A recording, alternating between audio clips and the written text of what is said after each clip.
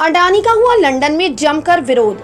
जब तक जुड़ा है अडानी का नाम वहां नहीं रखेंगे कदम, लोगों ने दी चेतावनी। आइए जानते हैं क्या है पूरी खबर।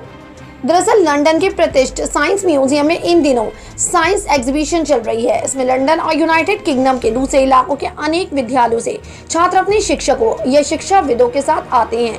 साइंस म्यूजियम से अनेक प्रतिष्ठित वैज्ञानिक भी जुड़े हैं जो अपने शोध से संबंधित मॉडल का प्रदर्शन करते हैं और छात्रों को इसके बारे में बताते हैं। ये साइंस म्यूजियम पूरी दुनिया में विख्यात है और अनेक प्रायोजक इससे जुड़कर अपना गौरव और बाजार भी बढ़ाते हैं। अब हाल ही के वर्षों में साइंस म्यूजियम पे दबाव बढ़ता जा रहा है कि सभी स्पॉन्सर्स ऐसे हों जिन पर कम से कम जलवायु परिवर्तन को बढ़ाने का आरोप नहीं लगा हो।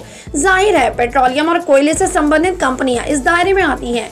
दूसरी तरफ ऐसी कंपनियां यहां प्रायोजकों की सूची में सबसे आगे रहती हैं। इससे कंपनियों को ये फायदा रहता है कि साइंस म्यूजियम से जुड़कर उन पर लगा पर्यावरण विनाश का धब्बा कुछ हद तक कम हो जाता है। गौतम अडानी का कारोबार जितना कोयला उत्खनन, कोयले का व्यापार और कोयला आधारित बिजली परियोजनाओं में है, लगभग उतना ही अब गैर परंपरागत ऊर्जा स्रोतों विशेषकर सौर ऊर्जा में हो चला है। गैर परंपरागत ऊर्जा स्रोतों का काम अडानी ग्रीन एनर्जी के नाम से किया जाता है। अडानी पूरी दुनिया में इसी कंपनी के नाम से अपने आप को नवीनीकृत ऊर्जा का चैंपियन साबित करते हैं। जाहिर है कि वे साबित करना चाहते हैं कि जलवायु परिवर्तन के प्रति वे कितने गंभीर हैं। दूसरी तरफ पूरी दुनिया उनके कोयले के कारोबार के बारे में जानती है। दुनिया को ये भी पता है कि अडानी के कोयले का कारोबार केवल भारत में ही नहीं बल्कि ऑस्ट्रेलिया तक फैला है। उन्होंने केवल भारत में पर्यावरण का विनाश नहीं किया है बल्कि ऑस्ट्रेलिया तक उनके चर्चे हैं। लंदन के साइंस म्यूजियम में अगले साल एक नई गैलरी एनर्जी रेवोल्यूशन गैलरी शुरू की जाने वाली है जिसके प्रायोजक अडानी ग्रीन एनर्जी है। साइंस म्यूजियम और अडानी के रिश्ते का विरोध शुरू से किया जा रहा है। दिसंबर 2021 में म्यूजियम में दुनिया भर के वनवासी या मूल निवासी पर्यावरण बचाने की गुहार लेकर इकट्ठा हुए थे।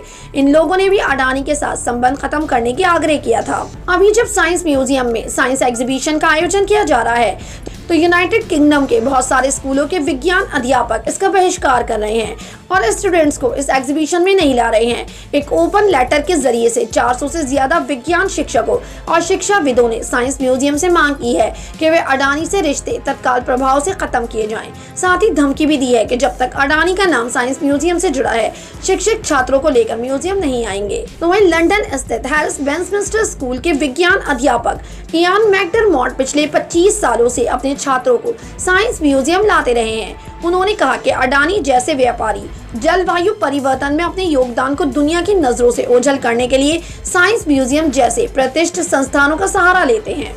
तो वहीं कैम्ब्रिज शील्ड स्कूल की विज्ञान अध्यापिका मैरिज बैचलर ने कहा कि बच्चों को हम कार्बन उत्सर्जन कम करने के बारे में पढ़ाते हैं, इसे हम अपने जीवन में उतारने को कहते हैं। फिर ऐसी जगह कैसे बच्चों को ला सकते हैं जहां वायुमंडल में कार्बन डाइऑक्साइड का लगातार उत्सर्जन करने वाले व्यापारी अपना दाग धुलाने के लिए पैसा लगा रहे हैं।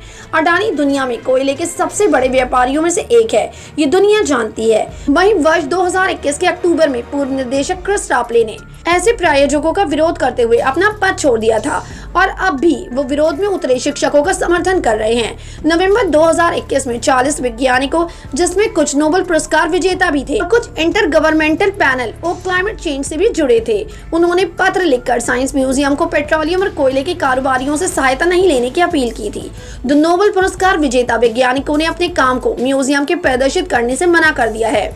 आपकी क्या राय है इस खबर के बारे में? अपनी राय कमेंट सेक्शन में जरूर दें। हमारे चैनल को सब्सक्राइब करें, बेल आइकन प्रेस करें ताकि हर खबर आप तक जल्द से जल्द पहुंचे।